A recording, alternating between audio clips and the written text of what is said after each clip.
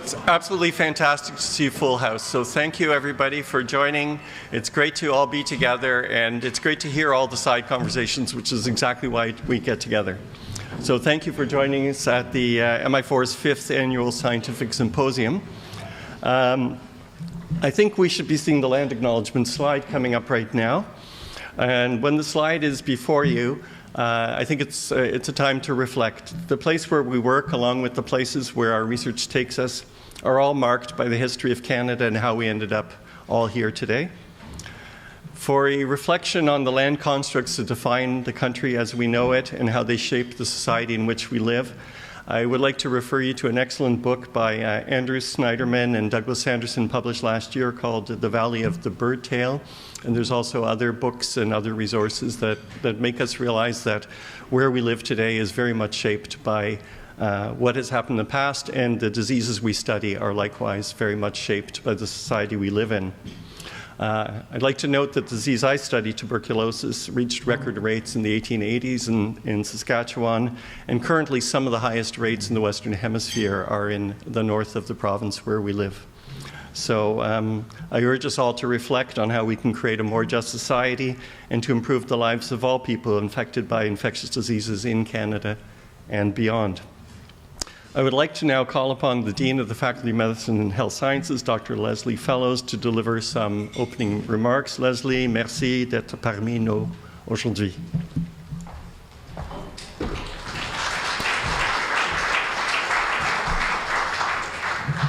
Thank you, Marcel. Bienvenue à tous et à toutes. C'est un vrai plaisir de vous accueillir aujourd'hui de la part de la Faculté de Médecine et des Sciences de la Santé. Thanks for being here. These events are really important. I think the pandemic showed us just how important they are when we missed them. It's great to see everyone back in person, and particularly, of course, today thinking about how to make progress in relation to that pandemic. Thanks for attending this 5th Annual Scientific Symposium. This is the bookend to the 5th anniversary celebrations for MI4. I understand there was a birthday party in April under the welcoming remarks of the former dean, David Eidelman, and I'm happy to be picking up the baton in that regard and welcoming you here today. I'm looking forward to hearing more about MI4, which I know something about, and I think the spirit of MI4 is very much in line with my own views of how we make progress in challenging problems, that we need to put the best people together to work on the questions from the bench to the bedside and to society. And I think MI4 is a great example of catalyzing that kind of collaborative work that McGill, I think, is particularly well placed to do, and particularly has a particularly good tradition of doing. So thank you for being here and being part of that, and I look forward to seeing MI4 continue to thrive. You may not know, but my remarks are prepared for me by MI4, and it says, MI4 remains a priority for the faculty. I'm looking forward to hearing from the keynote speaker, Professor Akiko Iwasaki, about long COVID. Long COVID is actually an area of research interest of my own. The FRQ actually have funded a project that I'm involved with now, looking at the really heterogeneous nature of the symptoms and trying to understand the evolution from a patient-centered point of view. So I'm really looking forward to the portion of today's proceedings that I'll be able to stay and attend. I think, as I was mentioning, these kinds of complex challenges arise in lots of places, but especially in infectious diseases, where not only do we have the protean nature of infectious diseases that have been with us for millennia, but also the challenges of dealing with brand new infections and their sequelae. So I think it's the perfect group to be trying to contend with this, to find solutions.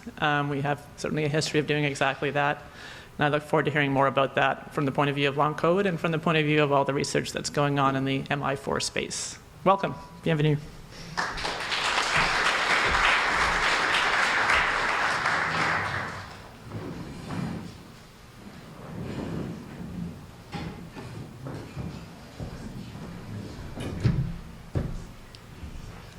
Bonjour et j'ajoute mon bienvenue à tout le monde ici. C'est pour moi un grand plaisir d'être ici encore for this wonderful 5th anniversary. Our dean said it well, bookend to the 5th anniversary. I'm just going to speak very briefly. I serve in the role of senior advisor to MI4 and was persuaded to take on that role by your predecessor, Dean Fellows, David Eidelman, at a time that I was not ready to take on new things. And I was so persuaded by the importance of the initiative and the tremendous work that had been put into formulating what MI4 could and should be and how it would uniquely play on the assets of McGill in a cross-disciplinary fashion. Play to strengths of Montreal and Quebec, having the only city in Canada where there are two faculties of medicine and with collaborative research and research opportunities, and then the other universities in the city as well that contribute. But what really got me was the talent behind MI4, the leadership of all those who participated in the survey year of looking at what the possibilities were, and then the leadership of Dawn, of Marcel, and of Marie, so important to, in addition to everything else they were doing at the time, and Marcel and Marie continue to do clinically in their own research, in their own academic leadership roles, and then in committing to this initiative. What is remarkable is the timing of it, and I think it's not remarkable because it wasn't understood how important it was. It was just the timing was incredible because it was formulated and supported by the faculty and the university before COVID came on the scene. And for all of you who have studied in the world of infectious disease and who work in that area now, you'll know that there was a lot of thinking that we kind of dodged a number of not just epidemics, but pandemics over the prior 50 years. And I think there's a moral tale there, which is that if you just take the SARS epidemic and you look at Toronto as the North American epicenter of that epidemic, quasi-pandemic, it was very clear that we were unprepared for that to happen, unprepared in the clinical context and with protective gear, unprepared in terms of understanding what it was all about, unprepared in having research that would be informative to where we would go from there. And there was quite a movement at the time to say, we can't let this happen again. And there was a commitment, and I remember, of clinicians, university administrators, politicians, and others, granting councils across the country to say this won't happen again. And then COVID came along and nobody was prepared, nobody had protective equipment, we didn't know what was happening, and so forth. So the fact that MI4 was ready on the ground to not just be responsive but be proactive was fantastic for Canada and fantastic generically. And what I feel so confident about is the importance of sustaining and growing this effort of MI4, which has tentacles out everywhere and stands to create the opportunities to not have that happen again, but also to, as we're seeing in the symposium and the special speaker today, deal with the long effects of acute infection. I just want to say congratulations to the leadership, congratulations to everyone who's been involved in this point, and to underscore how imperative it is that we stay the course. We've got the talent, we have the timing on our side, we have a commitment to excellence, and I just want to speak about Marcel as also a huge fan of the work that Dr. Hudson's done. But Marcel, when you took on the leadership, You weren't reluctant, but you were shy about it, I think, is the way to put it.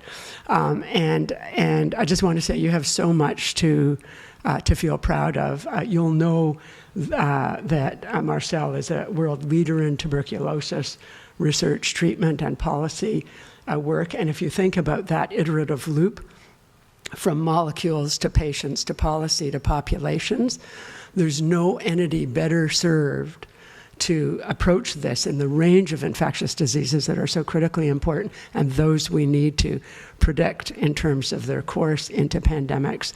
No one better than you, Marcel, to be the leader of this. So congratulations, stay the course. And Marcel's going to do a bit of a review now of then to now. And I know you'll do it with enthusiasm. Thank you.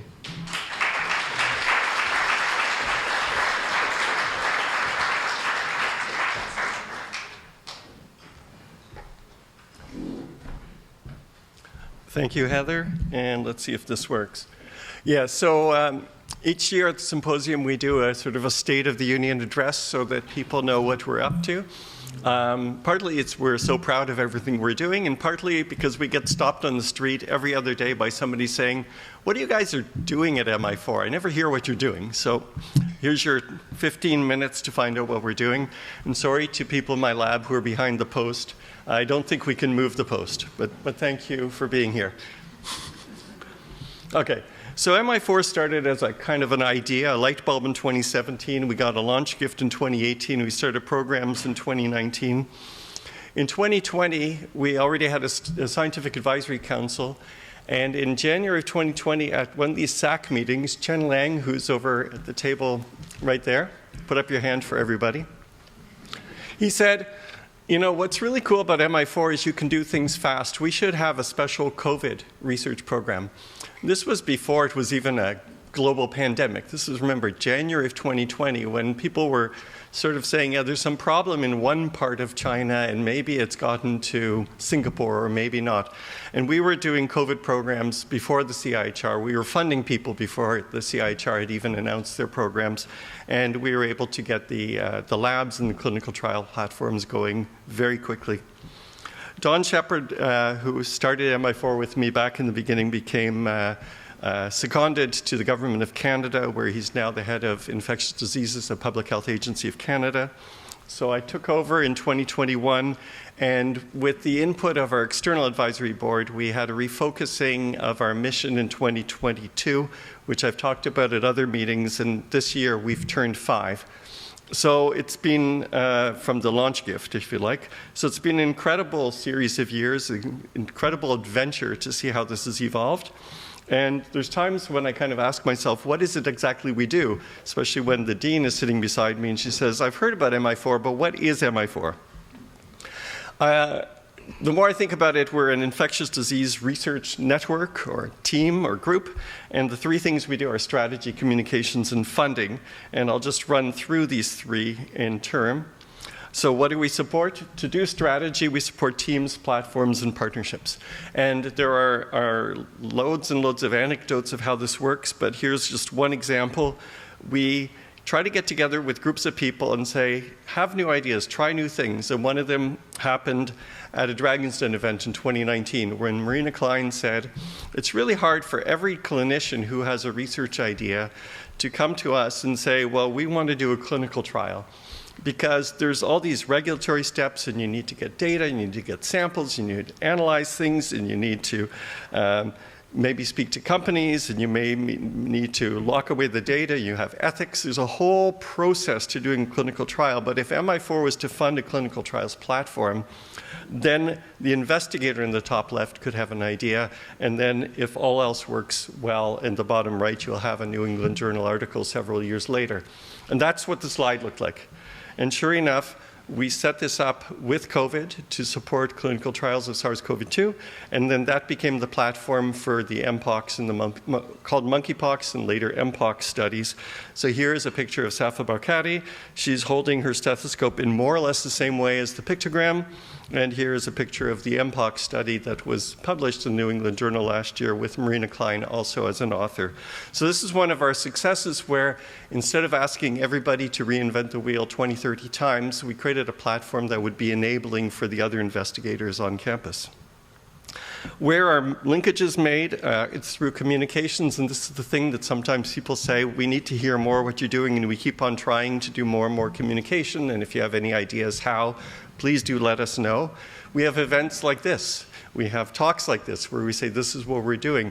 We'd like to have more events, and it's just great that people are back together again, because during COVID, of course, we were all hiding behind Zoom cameras, and people are sort of semi-paying attention and semi-checking their emails, and you're not sure how engaged people are at those events.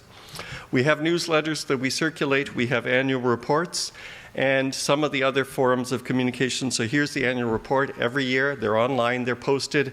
This is the English one. The French one is in translation. It'll be out soon. We have a Twitter account, but Twitter became X. I still call it Twitter because I'm a little bit old in Twitter. But here you can see that this is just a screen grab from today. It tells us that the conférencière principale, la professeure Akiko Iwasaki, is going to be speaking to us in about 8 minutes. And if you want any other information, you'll see that at the bottom, MUHC's Got Talent is asking you to vote for Dr. Baer or cheer him on at the audience at MTELUS.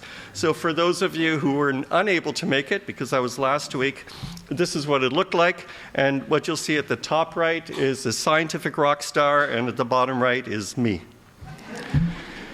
All right, how do we cultivate change?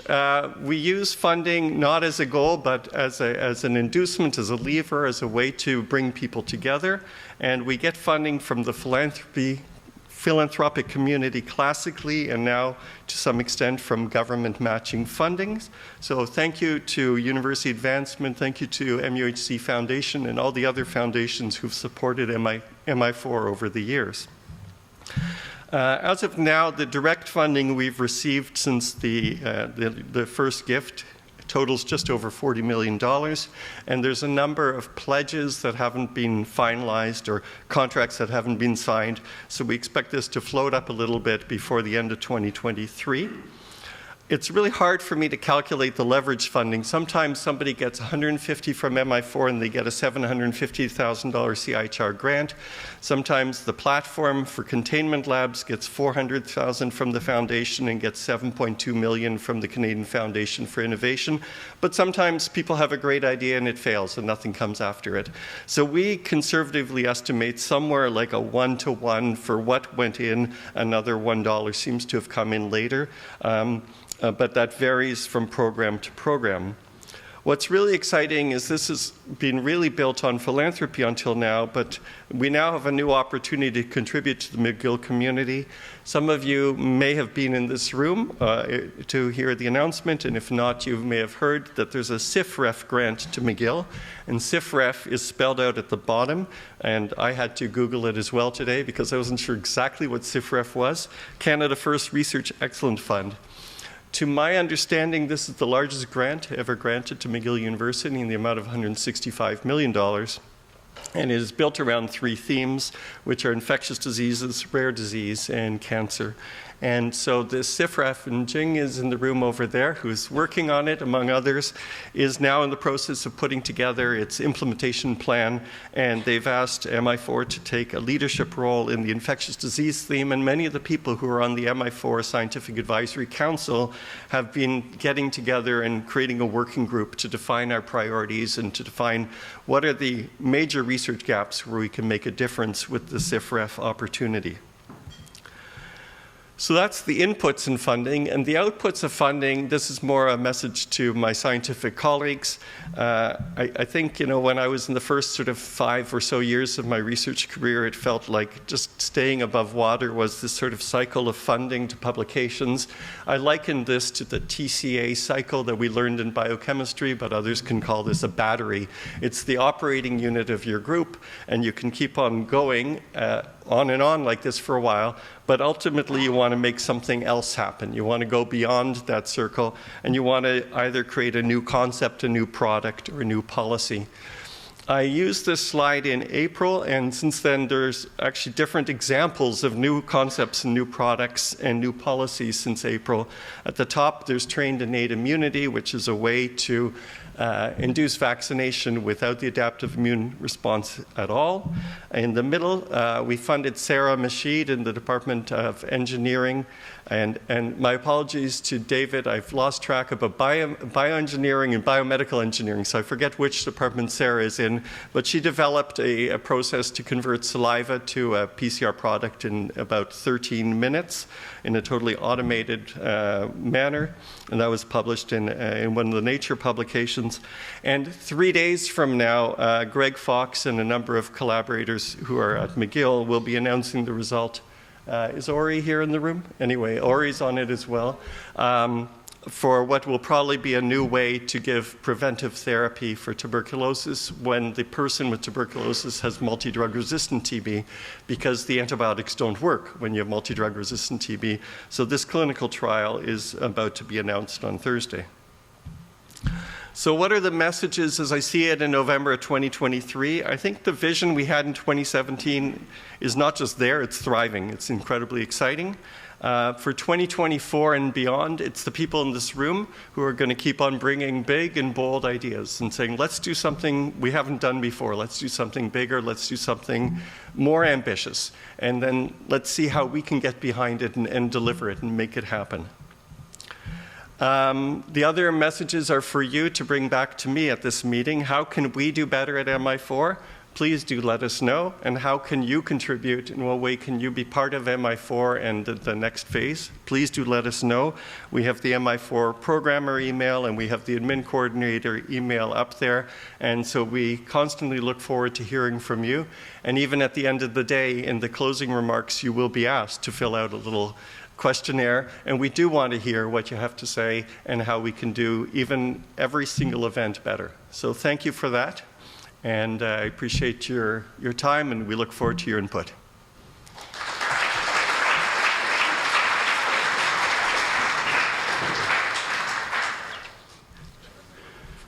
So, Akiko?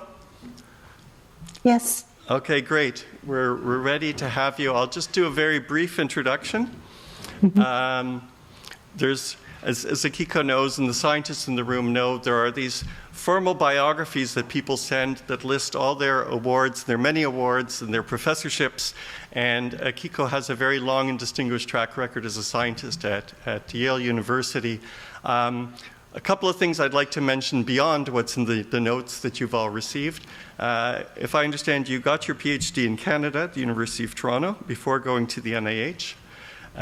You've been at Yale University, and I got to follow you on Twitter before the epidemic, partly as a virologist and immunologist, but partly as a steadfast believer in women and defending the minorities in science in North America who are sometimes not being included in the conversation. During COVID, you took a major leadership role. We've all been able to follow that through Twitter, through science, through your incredible publications. And about 6 to 8 weeks ago, you were at a long COVID meeting hosted by the CIHR and the Fonds de Recherche en Santé du Québec here in Montreal, where you gave a fantastic presentation on some of the ongoing work you're doing on the long-term consequences of COVID or long COVID. And from what I heard in that talk, there would probably be like another 3 or 4 publications per month since then, and I'm going to hear some new findings since then, because you've got this incredibly large team, interdisciplinary team, bringing all kinds of different skill sets to the table, and we really look forward to hearing the work you're doing. Unfortunately, Akiko was not able to join us in person today, but we're really thrilled that you're able to join us virtually. Thank you. Thank you so much. Can you hear me there? Yes? Okay. Thank you for having me today, and I'm sorry I cannot be in person attending this symposium with you. Unfortunately, ironically, even though I'm talking about COVID and long COVID, I myself have gotten COVID, and I'm not able to travel at this time. However, I am happy to be able to remotely give this talk. Okay, hopefully you can see my slides on the screen. So today I'd like to discuss our research on immunology of long COVID. And as many of you know, long COVID is one of the consequences of having had exposure to SARS-CoV-2. And even though the etiology of this disease is still unclear, it does involve multiple organ systems, and over 200 different symptoms have been reported. And the major organ systems that are known to be involved is the brain, the lung circulatory system, as well as the immune system. And how these systems interact to mediate this disease and how the virus triggers this set of syndrome is not clear. Before I go into discussing long COVID, however, it's important to remember there are many medically unexplained post-acute infection syndromes that occur after encounter with many other pathogens, many viral diseases as indicated here, including SARS-CoV-2. But prior to that, it's known that Ebola, dengue, polio, original SARS, chikungunya, and many other viral infections post the acute phase can cause similar outcomes of chronic complications. And non-viral pathogens, including bacterial and parasitic pathogens, can also trigger similar outcomes. And the occurrence and the rate of onset of these post-acute infection syndromes are unclear. Of course, the long COVID, because it happened in millions of people at once, we're able to track the epidemiology and the course of this disease much better than all these other diseases that are listed. And throughout the pandemic, what I've been able to learn is that by listening to patients, you really learn a lot more about the disease, especially these understudied and undefined diseases like PAIS that are listed here. And Jan Chotka is himself a ME/CFS patient who has done enormous amount of research, whom I've learned so much from about these diseases. And he's the lead author of this study, the review that we published. So how do these long-term consequences of so-called acute infections happen? There may be many other causes of disease, but I've just highlighted 4 root causes that could lead to long COVID. For instance, there may be viral reservoir or viral antigens or pathogen-associated molecular patterns, such as RNA, that is remaining in some parts of the body, which can then trigger both innate and adaptive immune responses that could lead to chronic consequences. Second, it's possible that these acute infections lead to stimulation of bystander T cells and B cells that are autoreactive, or there may be molecular mimicry leading to autoimmune diseases. There's also the possibility of a dysbiosis of microbiome, as well as reactivation of latent viruses. So healthy adults carry a number of these latent viruses, many of them belonging to the herpes virus family members that remain dormant. However, infections with SARS-CoV-2 is known to trigger reactivation of these pathogens. And finally, it's possible that tissue damage that's caused as a result of the acute phase of the infection, or something that's programmed to be triggered in a chronic manner, can be causing tissue damage, and non-repaired tissue damage, of course, will lead to consequences of chronic nature. And this study that we did with Professor Michel Manger at Stanford indicated that even a mild acute respiratory-only infection with SARS-CoV-2 in animals can lead to chronic changes in the brain that is mediated by reactive microglia, oligodendrocyte loss, demyelination, and inflammation that could sort of lead to these neurocognitive dysfunction that we see in long COVID patients. So there are many mechanisms by which an acute infection might cause these long-term consequences. And this seminal study by Jim Heath's group demonstrated some 4 early risk anticipating factors for long COVID during the acute phase of COVID by following 309 COVID patients that were diagnosed with acute COVID for 2 to 3 months. And they identified that type 2 diabetes, SARS-CoV-2 RNA-emia, Epstein-Barr virus viremia, and autoantibodies all correlate with increased risk for developing long COVID. This becomes important because at 1 year plus time point post-infection, we're finding very similar sets of causative agents in long COVID patients. So the study that I'd like to share with you today is our first study on long COVID immune phenotyping, where we collaborated with Dr. David Petrino's team at Mount Sinai School of Medicine, where he leads a long COVID clinic seeing thousands of patients who suffer from long COVID. And his team members, Jamie, Laura, and Dana, contributed significantly to this study.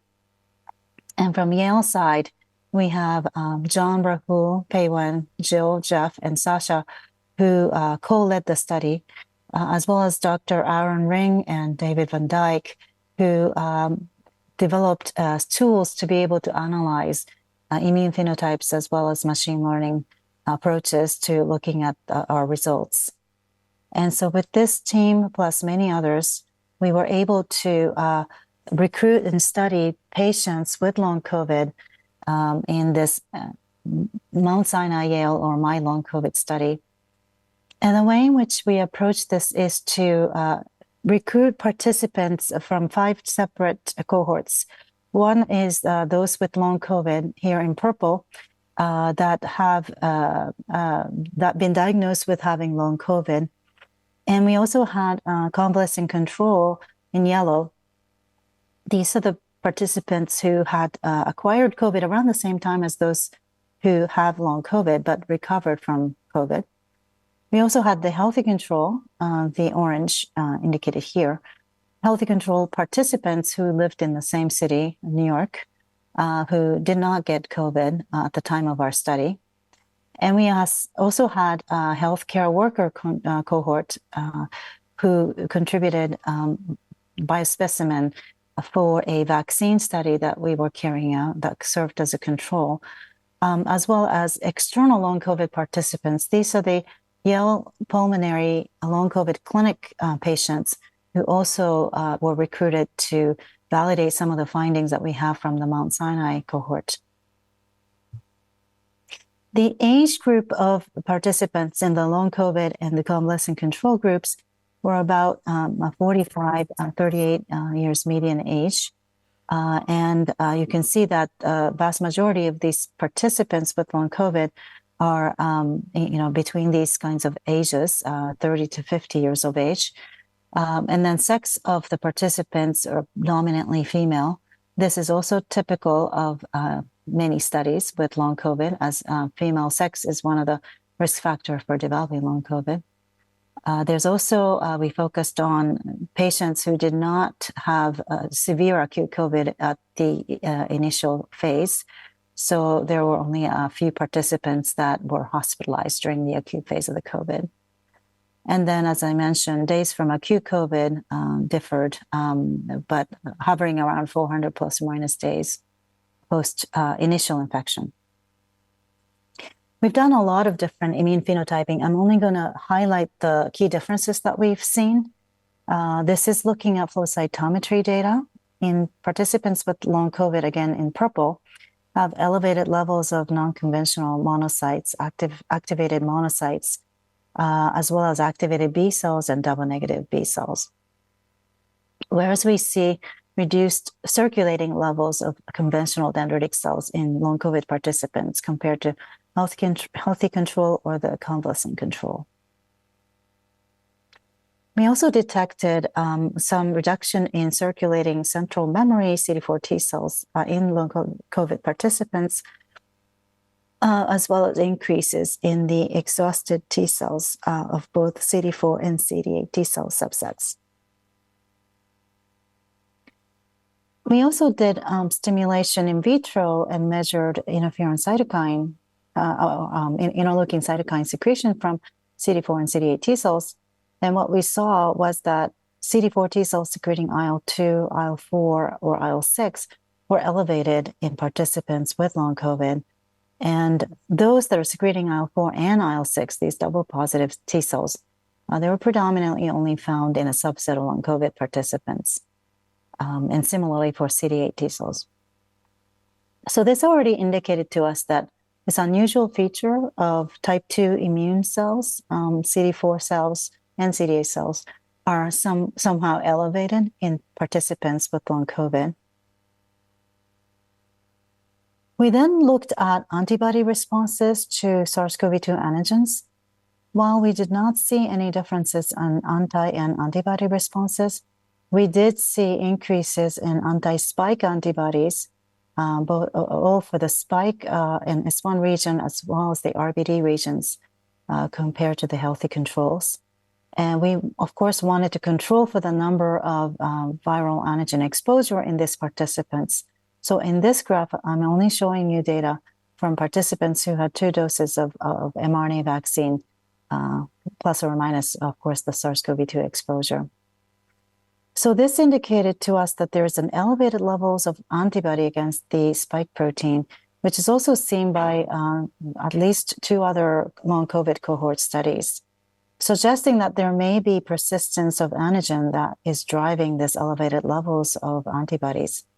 However, we do not see an elevated level for neutralizing antibodies in the long COVID participants, suggesting that these antibodies, even though their levels are increased, their functionality may not be. We then turned our attention to circulating factors in patients with long COVID. And this is a graph here on the left showing differentially expressed factors. And you see that the cortisol is the most highly differentially expressed factors in the plasma of participants with long COVID, and the level of cortisol being lower than those of healthy control or the convalescent control. There's a slight increase in other factors such as complement, C4b, galectin, and several chemokines and cytokines in patients with long COVID. So this cortisol level really stood out as one of the key differentiating factors. And so we examined the levels of cortisol in long COVID participants from the Mount Sinai cohort.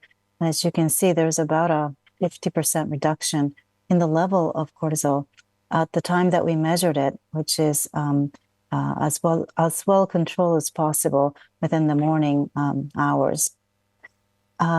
Because of this striking finding, we also wanted to validate this in a separate cohort, and that's where we recruited participants from the Yale Pulmonary Long COVID Clinic, the external long COVID clinic here, which also showed significant reduction in the level of cortisol. So all in all, these data show that the morning cortisol levels in participants with long COVID are lower than that found in the control groups. Cortisol is an incredibly important hormone that regulates not only stress-induced responses, but physiological responses on a daily basis. It's a diurnal hormone that is elevated during the early morning hours, and then the levels decline over time during the day. And this is highly controlled by the central regulation through the hypothalamic and pituitary axis. Now, this enables control between the hypothalamus that induces CRH to induce ACTH production from the pituitary, which then act on adrenal glands to produce cortisol. And the cortisol level then negatively regulate these productions. So it's a very important regulatory system, which may be dysfunctional in people with long COVID. And so we wanted to know whether the upstream hormones that regulate cortisol may also be impacted. And what we find is that people with long COVID had low levels, comparable levels of ACTH compared to the other controls, suggesting that there may be inability for the pituitary to control or regulate the level of adrenal gland produced cortisol, and thus pinpointing the problems to the central control of the cortisol in these participants. We are currently doing a 48-hour saliva collection in order to really pinpoint the hours in which the cortisol levels may be lower in the long COVID patients to better understand how this dysregulation may be occurring. Next, we wanted to understand whether latent virus reactivation may be playing a role.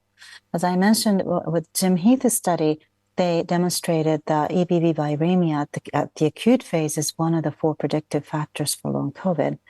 And therefore, we examined using the rapid extracellular antigen profiling that was developed by the Ring Lab to identify IgG against a variety of viral structural proteins.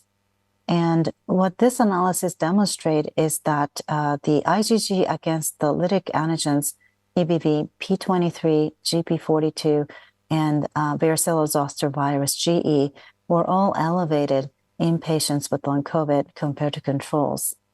And then we also noted that there was no difference in seropositivity, meaning that the latent virus percentage in patients with long COVID and controls were similar. So this collectively indicated to us that there may have been a recent reactivation of EBV in participants with long COVID and potentially VZV. When we used 2 other orthogonal approaches to measure the levels of IgG against EBV and VZV lytic proteins. And here I'm showing you some of those data, including the Serimmune, which is a linear epitope mapping strategy to identify the actual peptide sequence within the GP42 that may be recognized by the antibodies. And you can see that long COVID participants in all cases have elevated levels of these antibodies over that of healthy control or the convalescent control. And curiously, the levels of these EBV reactive antibodies correlated with the level of the IL-4, IL-6 double positive CD4 T cells, suggesting that there may be a functional link between EBV reactivation and these type 2 immune cells, CD4 T cells that we see in these participants. And we also looked at autoimmunity in these participants by using the REAP strategy by Aaron Ring. And here, we did not see a difference in the number of autoreactive antibodies per patient, indicated here. There was also no universal or public autoantibodies that are shared between the participants with long COVID that we can identify. And the number of autoantibodies did not correlate with the long COVID severity score. However, I'll show you that this there is some differences in autoantibody when you look at this in a sex segregated manner. Now, when you look at all these immunologic phenotype that we measured, and we applied some machine learning algorithms to identify the key immunological factors that define long COVID, what we came up with is, not surprisingly, the cortisol level that's reduced in long COVID participants, as well as key features including the reduction in circulating CD4 central memory cells, CDC1 cells, as well as elevation in EBV reactive antibodies and galectin turned out to be key features that classify long COVID. And based on these immunological features alone, we were able to distinguish long COVID versus not with 94% accuracy. So taking this study to the next step, we are now looking at sex differences in long COVID, and this is not yet even on preprint server, but I wanted to discuss this because it's really quite interesting. This portion of the study was led by Julio Silva and Takehiro Takahashi. So we took the same exact data set from my long COVID study and now divided them in terms of male versus female and control versus long COVID, and then applied all the same kind of analyses that we did for the other study. And what this told us is quite interesting. So the females are indicated always in blue, males being red. Here you can see that the symptom burden is elevated in female patients with long COVID compared to the males. And females also had larger number of organ system involvement compared to the male long COVID patients. When they looked at the different symptoms that affect male and female differently, what they saw was that while certain symptoms like sleep changes and fatigue were commonly elevated in both sexes, there were some symptoms such as numb face, dizziness, body temperature issues were more elevated, more frequent in female participants. And the most sexually dimorphic symptoms that we find is sexual dysfunction in males, and female dominant one being the hair loss. So there's already a clear significant differences in the frequency of the symptoms that are being reported.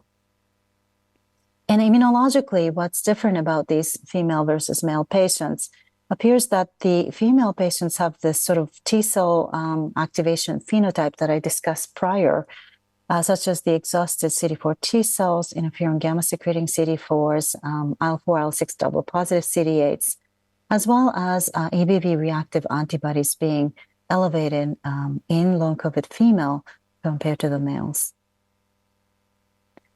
And very strikingly, as I mentioned, even though we did not see an overall change in the autoantibody numbers in aggregate, when we separate the male from female patients, we see that female patients with long COVID have an elevated number of autoantibodies, and those that target regions of the brain, such as basal ganglia and gonads, were elevated in female participants with long COVID.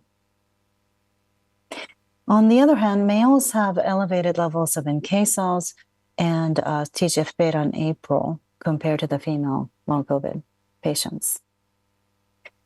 And we actually looked at all the different hormones that are circulating in these participants. And as I mentioned earlier, cortisol is reduced in patients with long COVID, and this is female-only data here.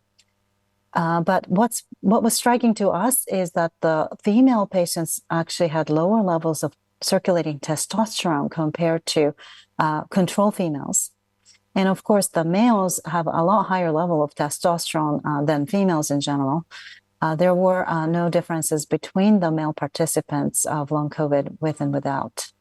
However, per unit odds ratio for testosterone was the highest sort of predictor of long COVID status in female, with all the other confounders adjusted. And conversely, the levels of estradiol was reduced in males with long COVID, and per unit odds ratio is, again, estradiol turned out to be the top predictor of long COVID status in males. And of course, cortisol is significantly reduced, but it's not a good predictor per se of long COVID status. So in conclusion, what we show is that by separating male and female patients, we see that there are more symptom burden and more organ involvement in patients, female patients with long COVID. There are distinct symptoms that are associated with female versus male long COVID. Female long COVID patients have elevated activation or exhaustion of T cell phenotypes and EBV activation and autoantibodies, whereas male patients have elevated NK cells and TGF-beta and cytokines. There's lower testosterone levels are found in long COVID females, and that turned out to be the top hormone predictor of long COVID status. And conversely, estradiol levels being the top hormone predictor in long COVID males. So taken together, these two sets of studies have now illustrated the dysregulation of organs that are impacted by the hypothalamus and pituitary axis, cortisol for the adrenal glands, and sex hormones for the second study. If we extend this hypothesis to other organs that may be controlled by hypothalamus and pituitary axis, we can expect that other tissues might be similarly impacted. Of course, sex difference in this aspect is going to be also important to determine. And so coming back to the original hypotheses, root causes of this disease, we actually now find evidence for all of these potentially occurring, not all at the same time, potentially in everybody with long COVID, but there's definitely a propensity for autoantibodies, especially in female patients, reactivation of EVV, especially in female patients. Viral reservoir may be happening in both female and male. This is something that we still need to clarify. And organ damage, which really requires more organ level data analysis. And based on the fact that there is now mounting evidence for viral reservoir, we are almost completing the recruitment for the Yale Paxlovid long COVID trial. This is a phase 2 study in which we are giving long COVID patients Paxlovid in order to determine whether their symptoms improve, and if so, what are the biomarkers of responsiveness. And this is done in close collaboration with Dr. Harlan Krumholtz through the Yale Listen study. We're also developing animal models to model each of these root cause hypotheses so that we can find potential tools to interfere with these processes in vivo. So I want to end by thanking the enormous team that have contributed to the insights that I was able to share with you today. We're extending our analysis to not just long COVID, but other PIEs, including ME/CFS and long Lyme disease. And especially thanks to all the participants and patients who contributed their precious time and effort and their biospecimen so we can understand this together. So I'm going to stop sharing and happy to take questions.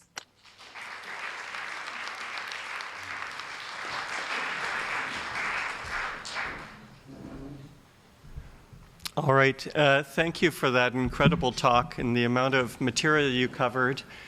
And then to hear at the end, you're starting a study, recruiting, and you're developing animal models. It's incredible to hear. It's very inspirational. There is a microphone in the room, and there are a lot of people in the room who are not shy about asking questions. So I'm waiting for them to go to the microphone. But until then, I'm going to ask a question that came up at the long COVID meeting in September. There was an article, I think from the VA in the United States, that looked at symptoms out to 2 years that were enriched in long COVID.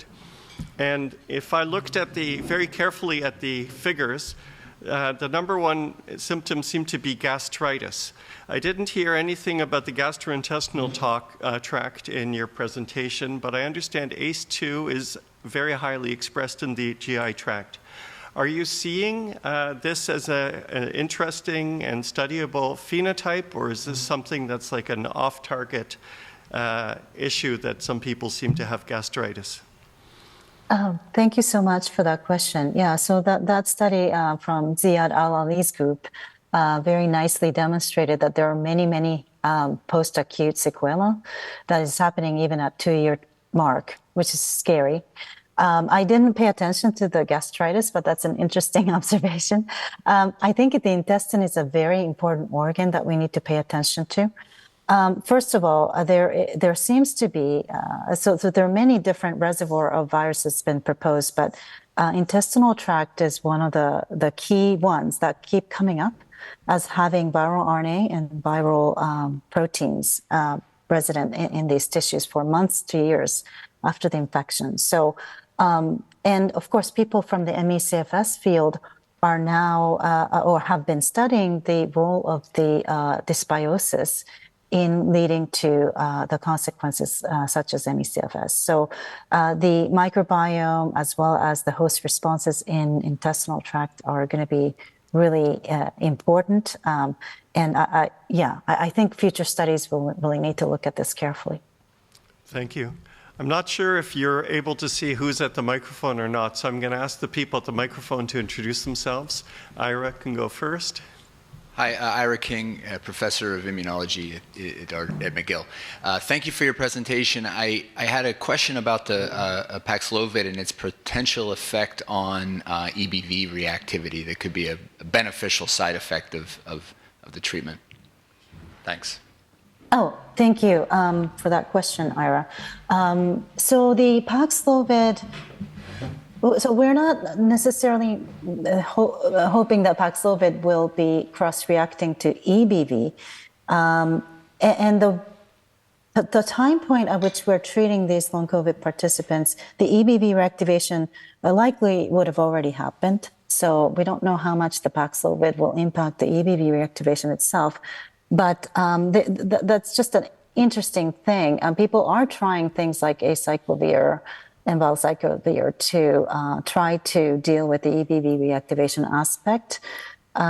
What we don't know right now is whether EBV is really contributing to the long COVID symptom, or whether EBV is a bystander or sort of activation that's reflecting the immune dysfunction that exists in these people.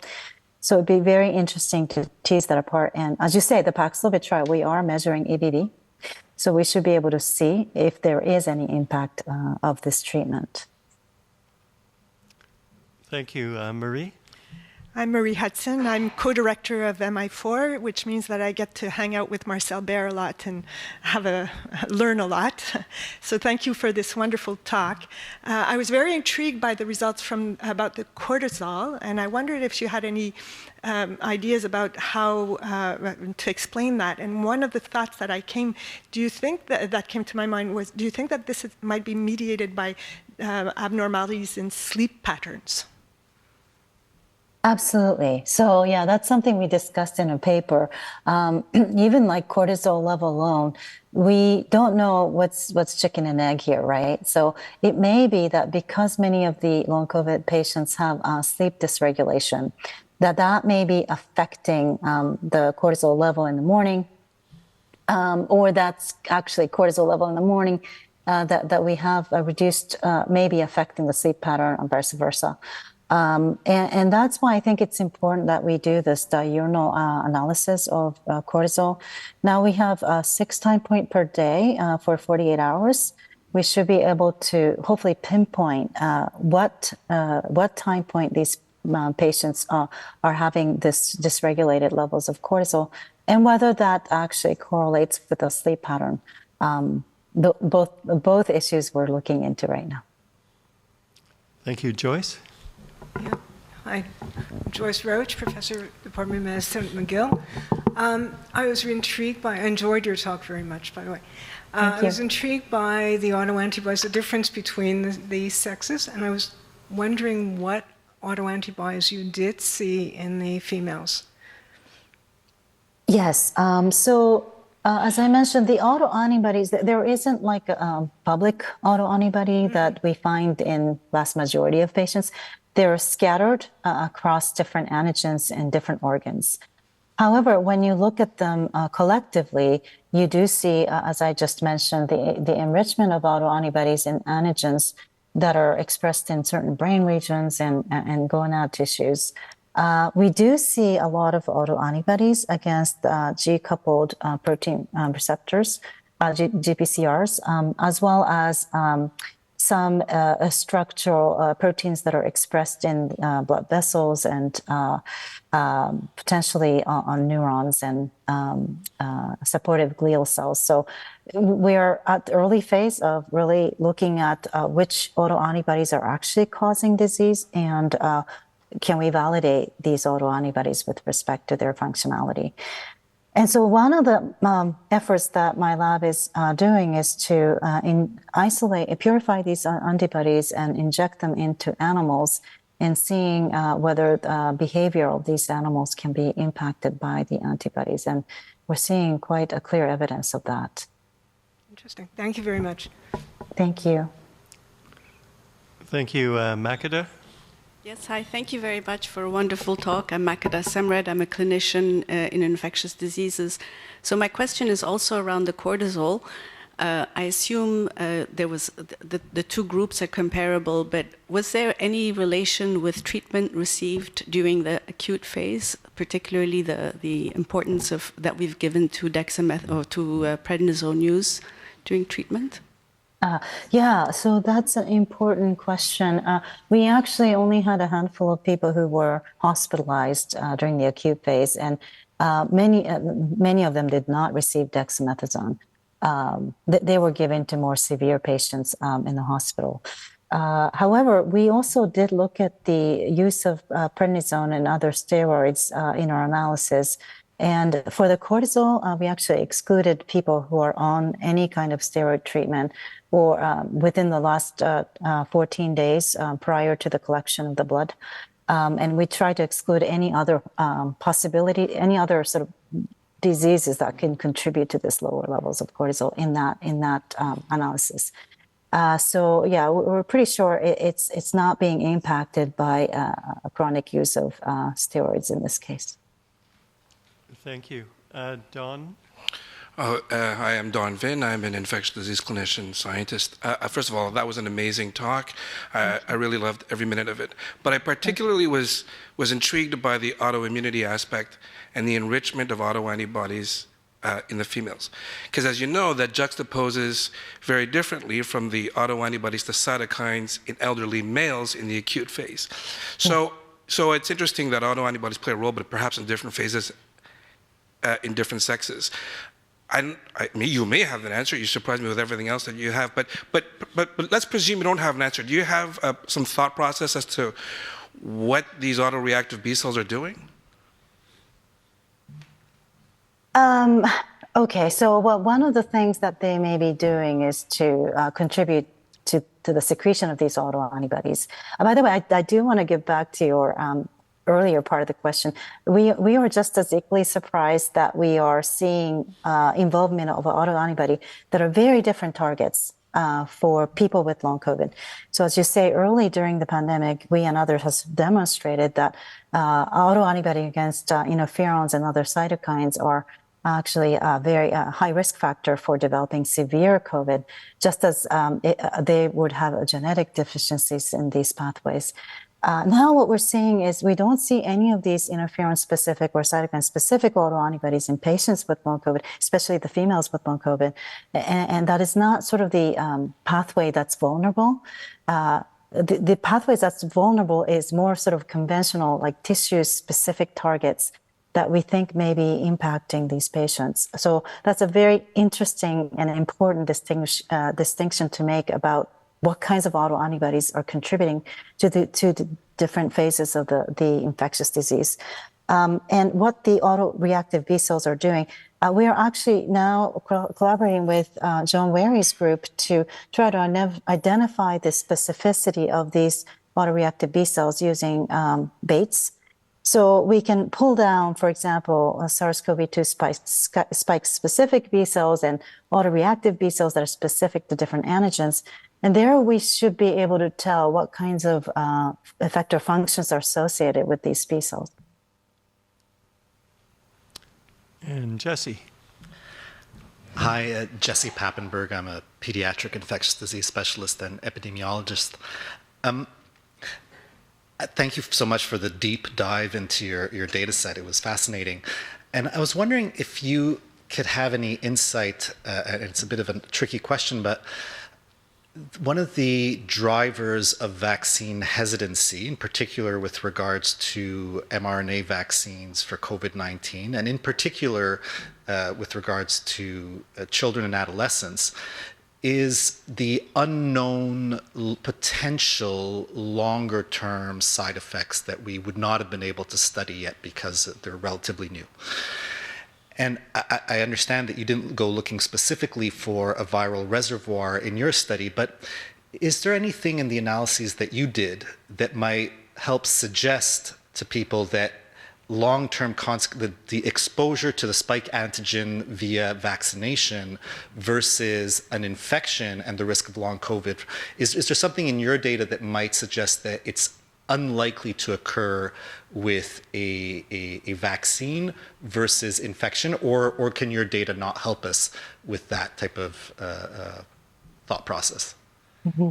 Yeah, that's an incredibly important area to study, whether or not long-term consequences that follows a vaccination might be, or might there be any overlap between these things. And we did study, we published one paper on myocarditis that happened in young boys. And there we saw activation of lymphocytes and CD8 T cells as well as NK cells in circulation of these patients, and it appeared to be triggered by this the second dose that was given pretty close together with the first dose. And actually, it was a Canadian study that demonstrated that separating the first and second dose duration may help reduce myocarditis risk. So there, I think what's happening, and of course, myocarditis can happen after COVID infection at a much higher rate than vaccination. So there is some mimic there of myocarditis that's caused by vaccine and COVID, but there it seems that it's more of an innate immune activation that's happening, potentially with the testosterone levels being higher in these participants that became ill.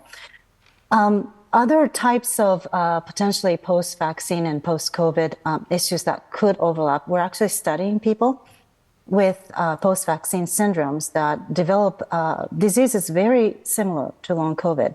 And this is happening in a small subset of people, but it's nevertheless strikingly similar. So we're trying to understand what if there is any immunological phenotyping overlap between these two conditions. Thanks. Thank you. Thank you very much. Oh, we have one more question, then we're going to let you go, Akiko. We have one question here from Brian Ward. Introduce yourself. Sorry, one last question. My name is Brian Ward. I'm an infectious disease doctor. And in the old days, I worked with Diane Griffin and Dick Johnson. And people have been looking for something to blame on EBV for a long, long time. And you may finally have found something. In your mind, is there potentially a causal link between the EBV reactivation and one of the original findings, with acute EBV, which was fantastic spontaneous proliferation of B cells in the acute phase of the infection? Do you think that the EBV reactivation is simply letting the B cells go and therefore having the autoimmune reactive cells produce autoantibodies? Yeah, that's a really intriguing link. We are looking at this relationship, especially in female patients. As I mentioned, there's EBV reactivation and autoantibodies that are happening. Now, it may not be very doable for us to trace back what happened, because this reactivation that we are seeing, it happened in the past. It's not currently viremic, for example. These patients have controlled it, or it's happening in some other tissues. Nevertheless, the EBV reactivation and the autoantibody phenotype are coinciding in female patients, and there is some relationship there. So we're very excited to make any kind of link between EBV reactivation and autoantibodies, and whether there's a direct link there or there's an indirect link that's enabling these self-reactive B cells to become activated. But very intriguing link indeed. Thanks very much. Thank you. Thank you. So with all the members of the audience, I'd just like to extend a hearty applause and thank you for this incredible talk, tour de force, and it's so interesting to hear the way you present it, and we're looking forward to, of course, the other papers that aren't out even on medRxiv yet, but will be coming soon. So thank you very much. Thank you so much. Thank you for having me.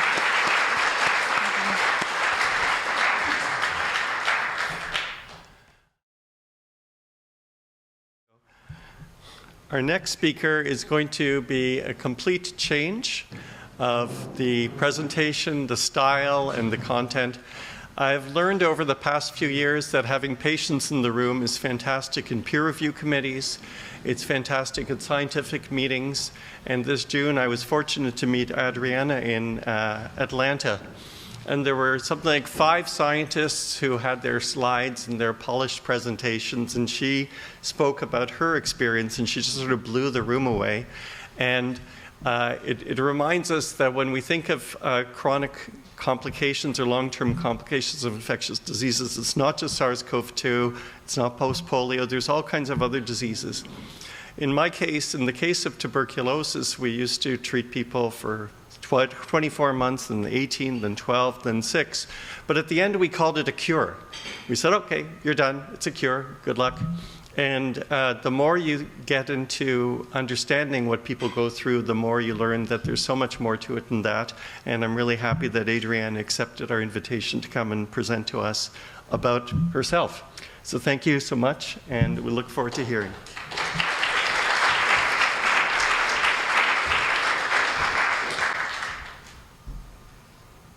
Hi, I'm Adriana.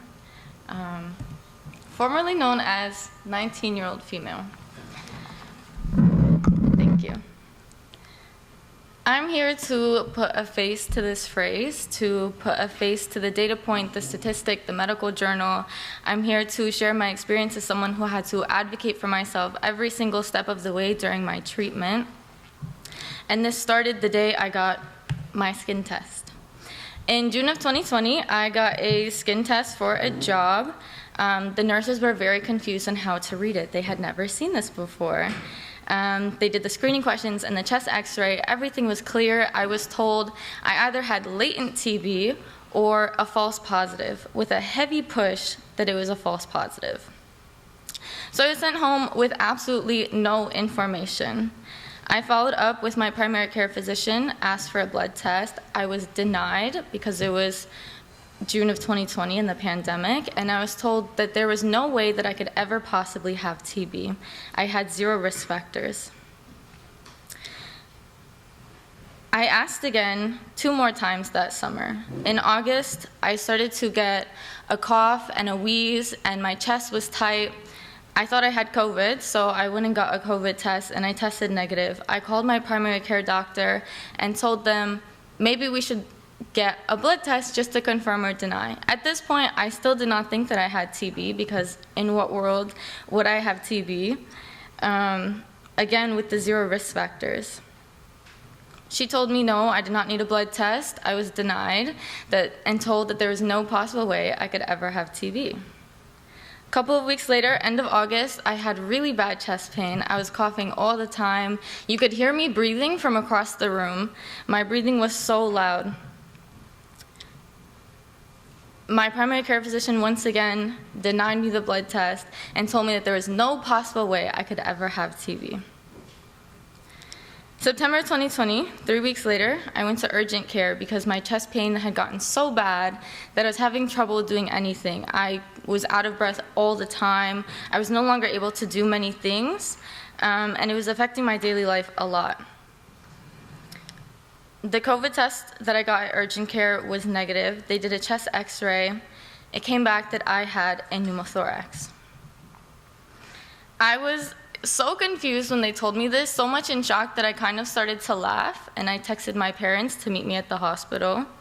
And when I got to the ER, they just assumed that I had some air in my chest, and so they were going to do the procedure to release that.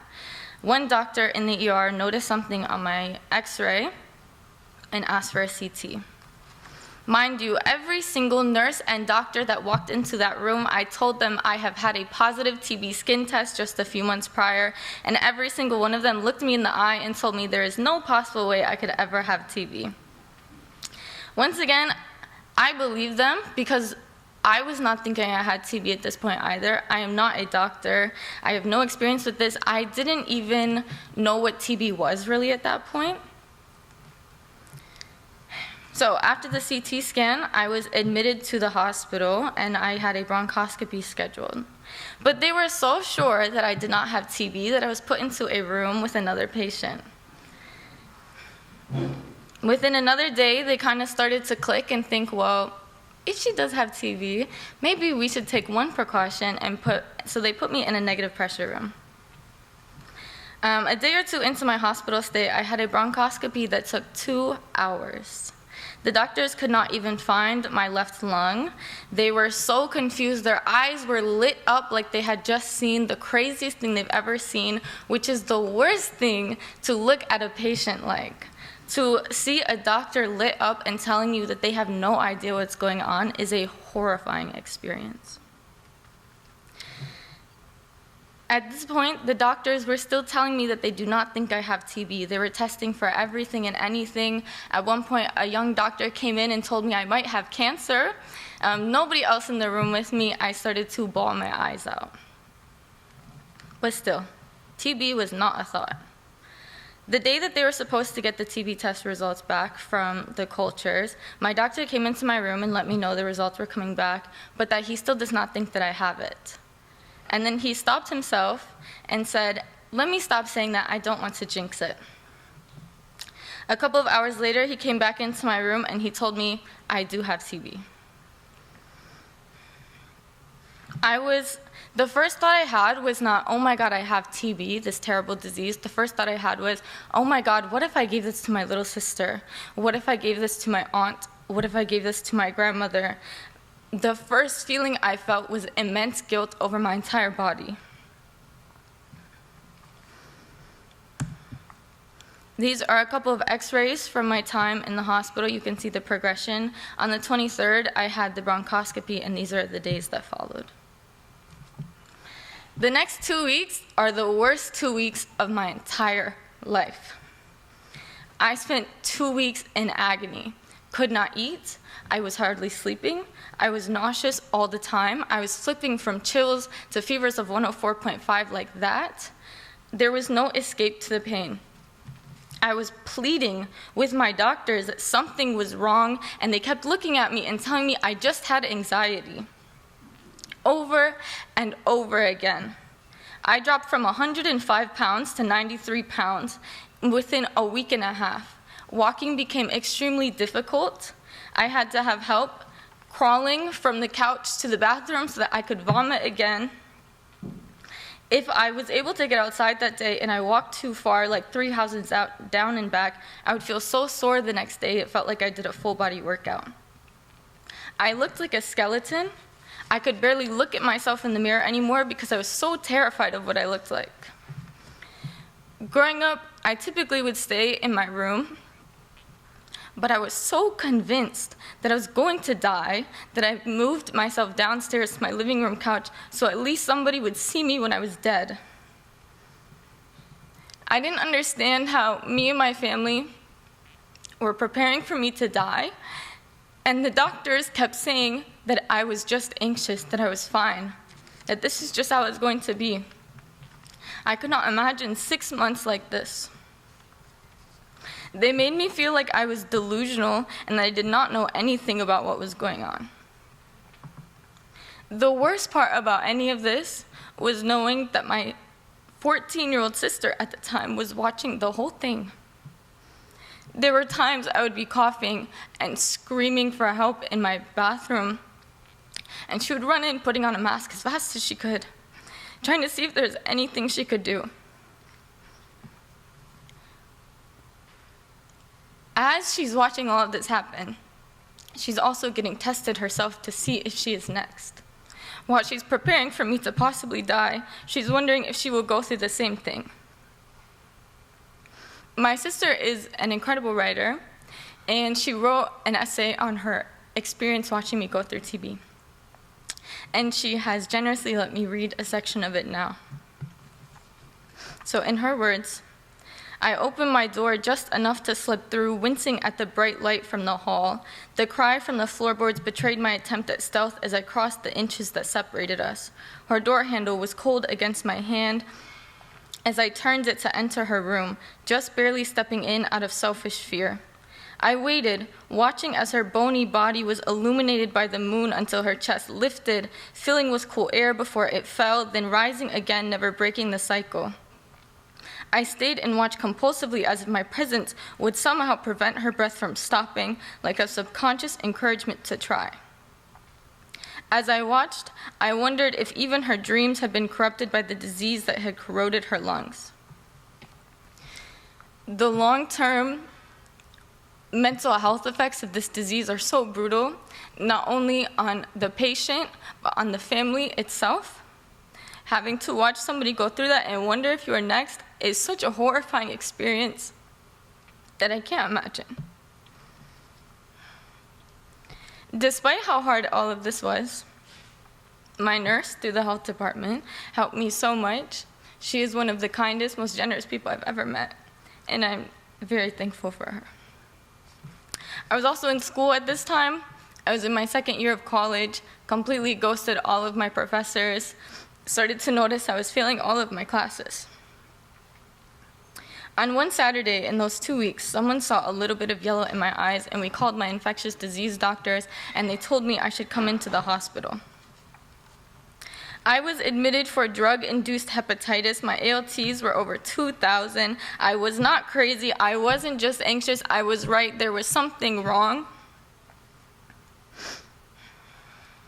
I felt so angry, but I also did not have any energy to express it because I was so depleted. I was emaciated. I could barely stand by myself. After I came home from that hospital stay, I had to reintroduce my medicine, and right before reintroducing pyrazidamide, it came back that I had bovine TB. We started to look into how I could possibly have bovis, and we found out that in the area of Michigan that my family has a cabin, there's a hotspot for bovine TB in cow and deer. I happened to feed one of those deers when I was 9 years old. There was this deer in the neighborhood that was clearly emaciated, but I was 9, so I had no idea what a sick deer looked like. And one of the neighborhood women had nursed it back to health and let the neighborhood kids feed it. My brother has a lot of this on camera because he had just gotten a camcorder that year. And so this is a screenshot of me standing right in front of the deer. I was in isolation for 2.5 months. It was so lonely to be going through so much and not even be able to hug my family. My isolation felt way too long, and I still don't understand why I was there for 2.5 months. In December of 2020, when I finally came out of isolation, I started to develop a wheeze again, and I let my doctors know. They prescribed me an inhaler despite my pulmonary function test saying that albuterol virtually does nothing for me. Over the next couple of months, I told my doctors about increased symptoms I was having. I started to get a cough back. I was wheezing. I was out of breath. My doctors told me that it was probably just the TB moving around in my body. May 8th, 2021, couple of months have gone by. I had a tight chest pain. I was coughing a lot for a while now. It felt like my lung had collapsed again. I told my doctor, this was a Friday, he told me to hold off until Monday because I already had a bronchoscopy scheduled for a mid-treatment check. May 11th, 2021, I had another bronchoscopy that took over an hour. My lung was collapsed. And I was once again so upset because it doesn't matter what I say to the doctors. It does not matter if I feel in my body the same experience that I'd previously felt. It did not matter what I had to say because I was a young woman looking at them. I knew nothing. Nothing I said mattered. I told for months that there was something else going on. Here's my x-ray from after the bronchoscopy. We didn't get one beforehand, which my doctor still to this day tells me he regrets, because if he had listened to me, we would have had that done. May 16th, 2021, I was diagnosed with aspergillosis, a second lung disease on top of TB. I was referred to an immunologist and an infectious disease specialist, and I was put on voriconazole. I was now to be taking voriconazole in the morning, TB meds midday, voriconazole at night, and they were going to up voriconazole every couple of days until they saw it appear in my system because of the negative interaction it has with rifampin, one of my meds.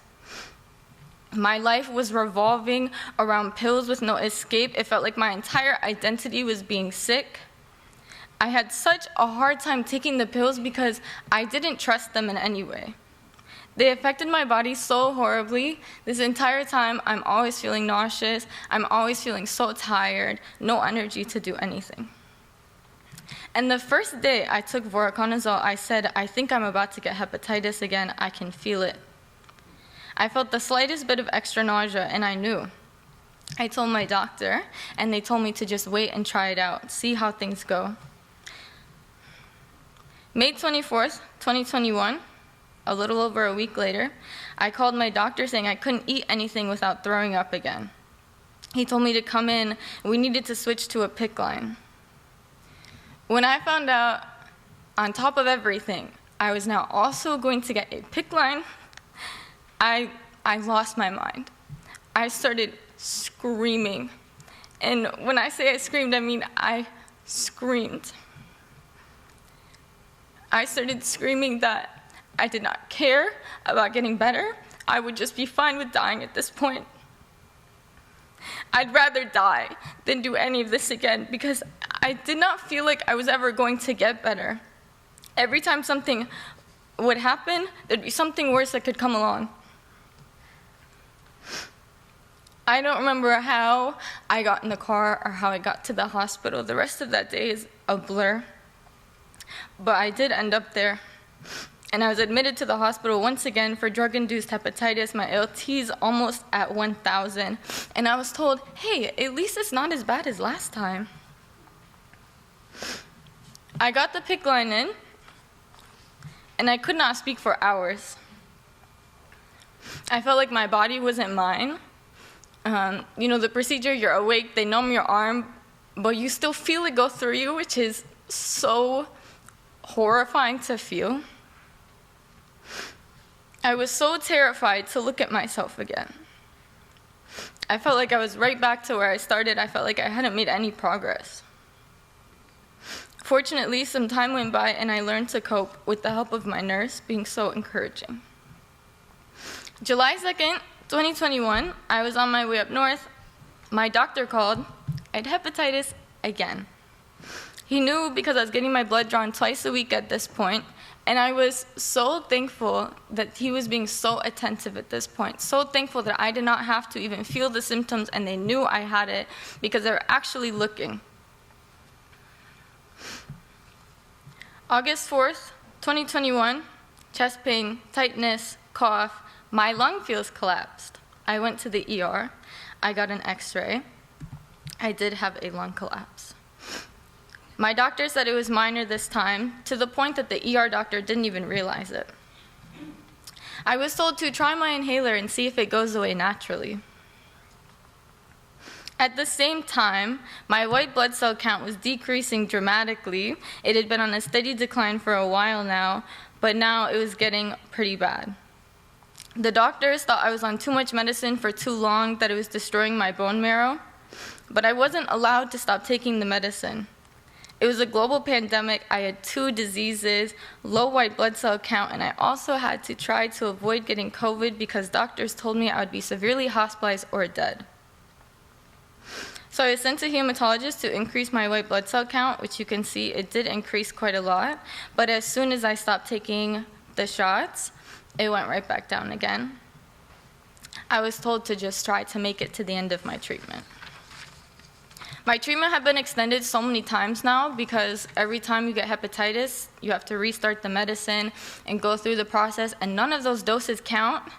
And I was getting so frustrated at the amount of times my treatment was prolonged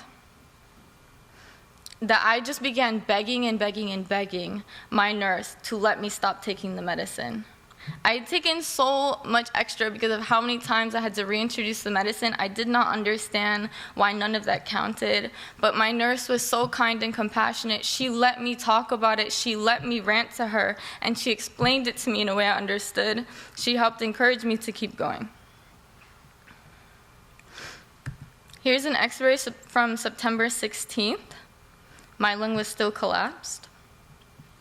September 21st, 2021, I finally finished my treatment. I thought if I made it to this day, if I made it to the last day of taking my pills, I would be done, I would be free. I took them with my roommates, we had a little celebration, I was so excited, and then I felt nothing. There was no guide. After you finish TB medicine, they don't tell you what to do, they don't tell you how to fix your lungs now. I still had a cough, I still had a wheeze, I still had a hard time breathing and doing things I used to be able to do. I had no idea where to go from here. October 8th, I had a bronchoscopy.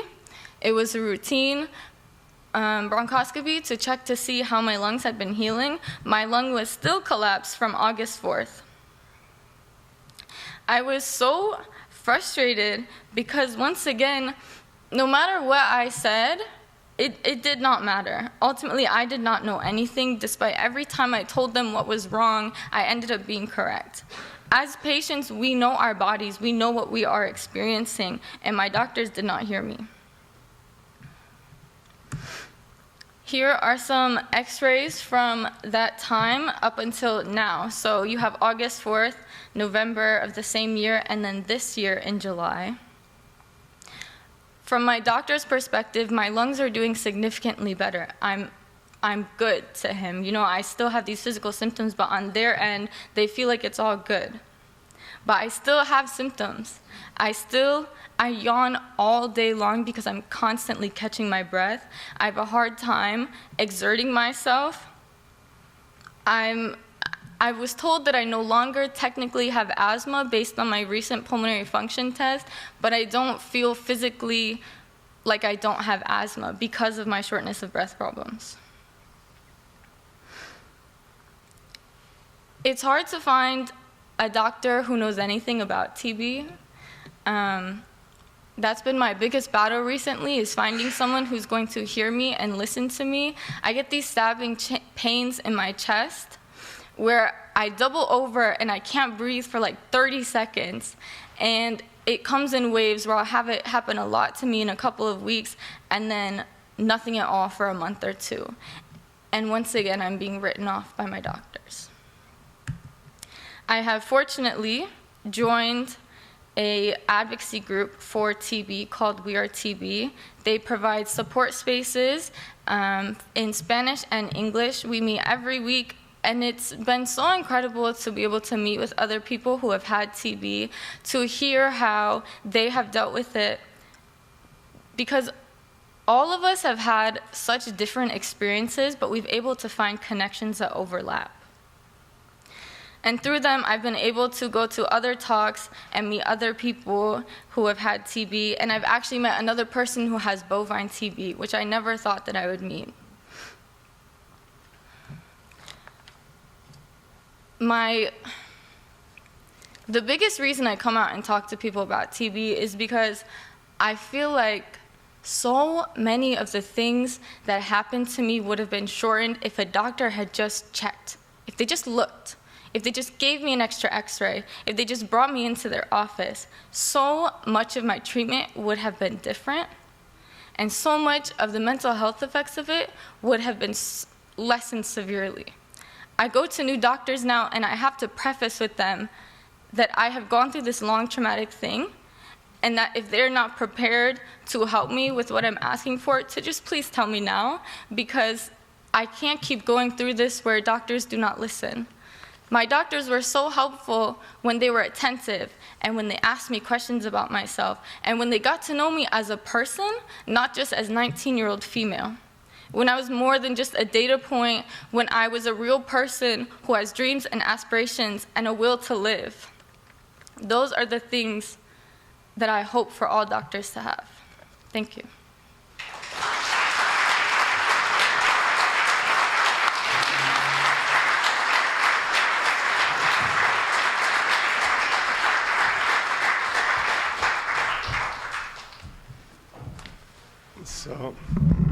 So as a doctor, I'd like to apologize on behalf of all the doctors you ever met. That was incredibly powerful and incredibly humbling. I don't know if there's anybody who dares ask a question right now. I'm going to ask one question that just comes to my mind right now, And I don't know there's an answer, but since you've had TB, maybe you can reflect on it. Today in the McGill newsletter about the McGill e-News, there was a list of news articles. And for some reason at McGill, the news article said a University of Victoria student has been diagnosed with tuberculosis. And I don't see why that's a national news story, and I don't see how that helps the individual. And I'd like to have your thoughts about whether we should be publicizing and saying, oh, somebody's got TB on campus, and if that helps anybody that you know of. So for me personally, that didn't happen to me because it was COVID, so I had moved home and I was online for school. But I did think about that happening to me. If I was on campus and I found out I had TB, would they have sent a massive email? Would they have said like, oh, there's been an outbreak of campus? Would they say what dorm I lived in? I think about how I would feel in that instance, and I think I would feel so nervous. There's already so much stigma around TB. When I tell people I've had TB, their two reactions are, oh my God, are you still contagious? And I didn't know TB still existed. And I think by broadcasting it, it kind of encourages people to stigmatize it, because if it's this big scary thing that one person has TB, then TB must be this huge scary thing that you should be afraid of. And while TB, yes, is terrible, to single out a student, I'm not sure that that is something that I would have felt benefited from. I think that probably would have made me pretty nervous about disclosing to anybody that I had it, which would have limited my ability to get support from my peers. Okay, thank you.